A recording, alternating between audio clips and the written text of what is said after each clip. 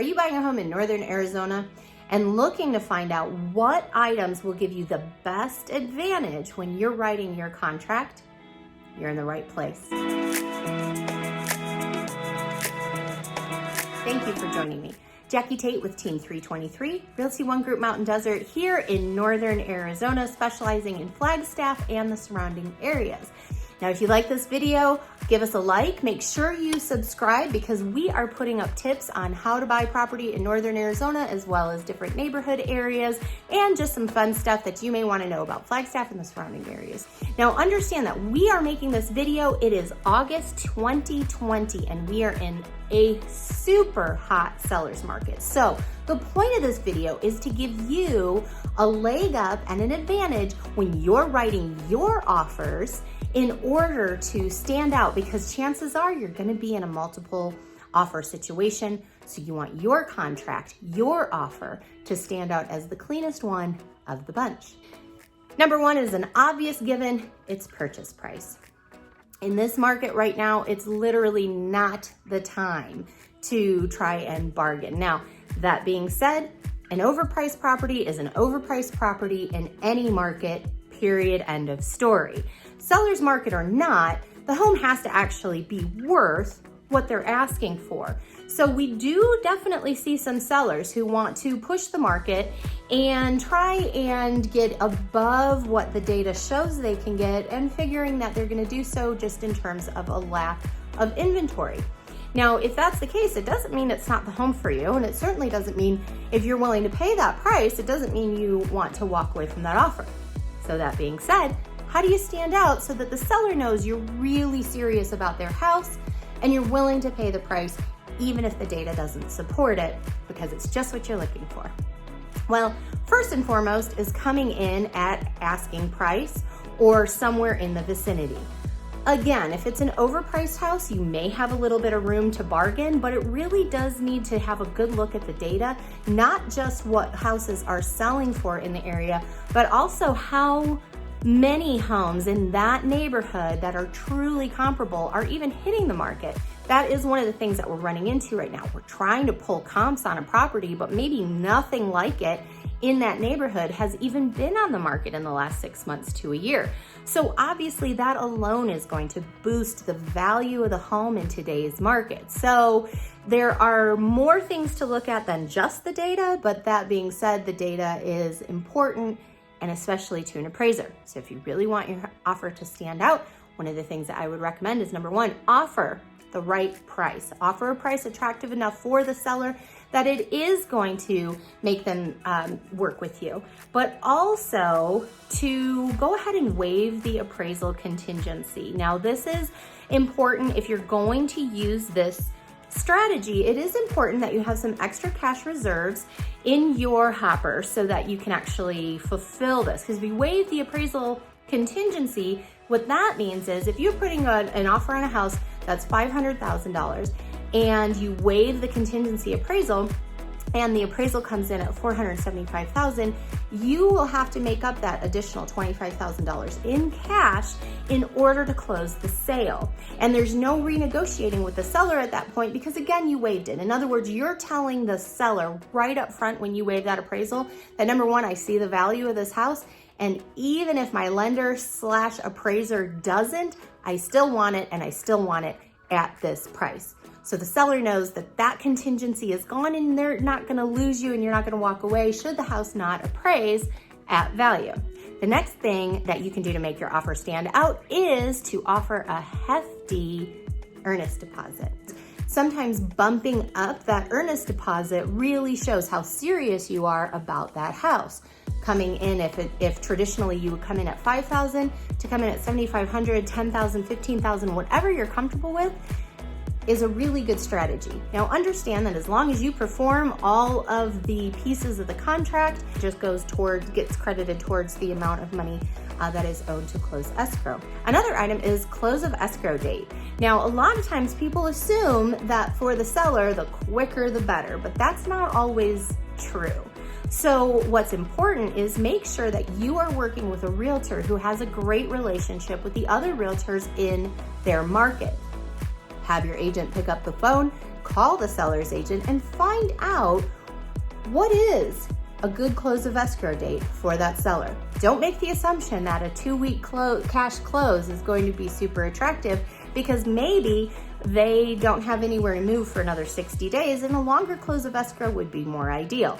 So if you really want your offer to stand out, finding out where the seller stands on that, as long as you are flexible with that piece of the puzzle, is going to make your offer stand out.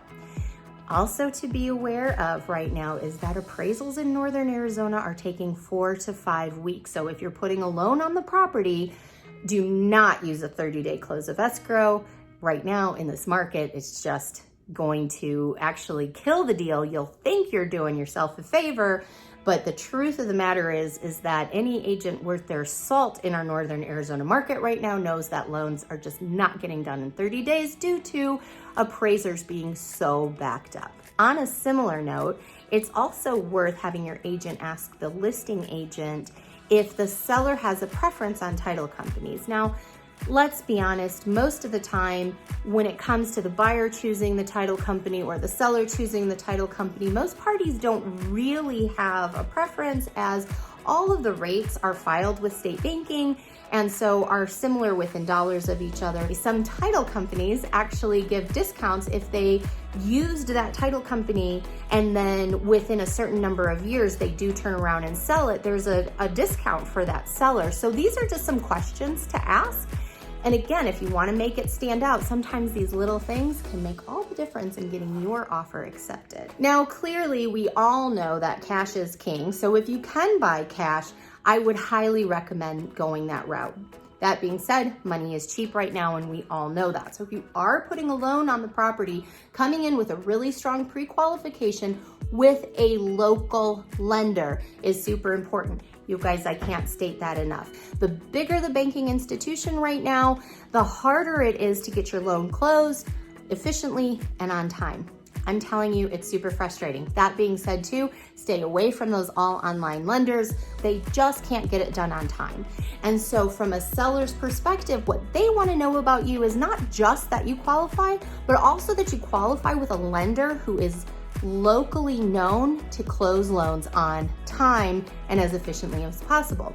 Also, a lot of local lenders actually have all their underwriting in-house right there. So it's not something where you start the process with somebody who takes your loan application and they're in Ohio, and then that gets moved to their processing department over in Illinois, and then that gets moved over to the closing department in Utah, and then when it finally goes into underwriting, and nobody knows anybody else, and they can't connect with each other. And by the time your deal closes, it has literally touched the desks of 20 different people, none of whom are connected with one another.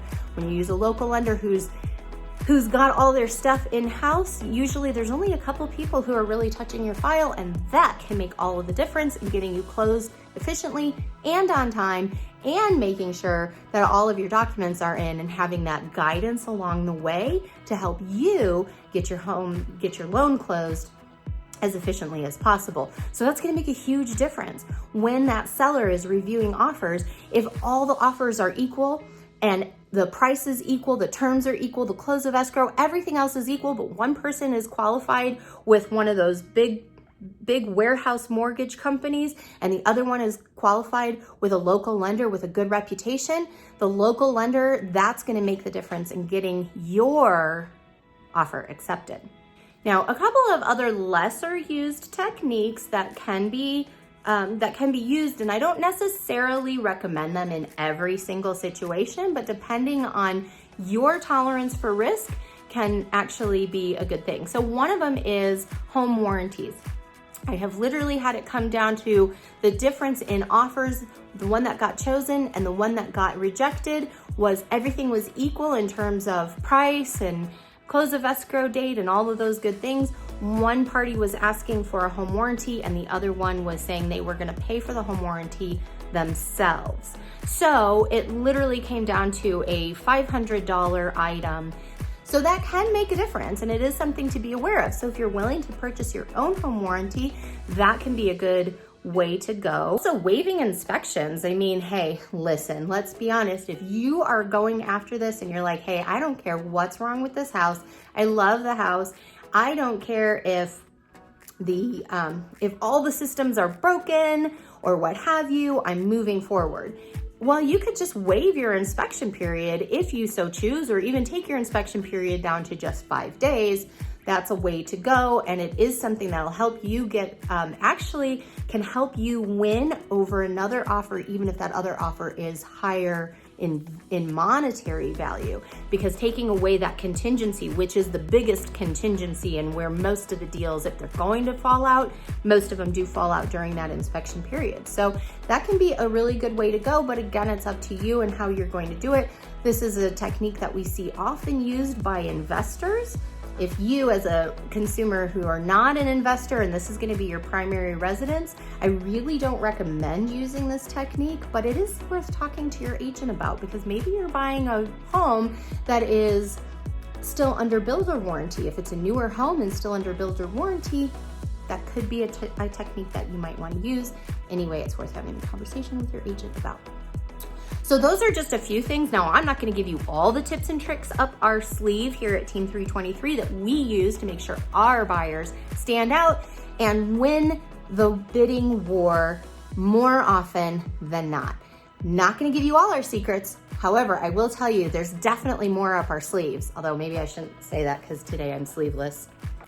So we do have several other tricks and tips in our toolbox. So if you want the best possible buyer representation in the Flagstaff or Northern Arizona markets, then definitely give Team 323 a call. You can reach us at 928-714-7244 or search for us online, Team 323 in Flagstaff, led by Jacki Tait and Stacy Ehrenreich, and with a fantastic team of 7 agents plus a transaction coordinator. We are here for you, and we're the experts that can get it done.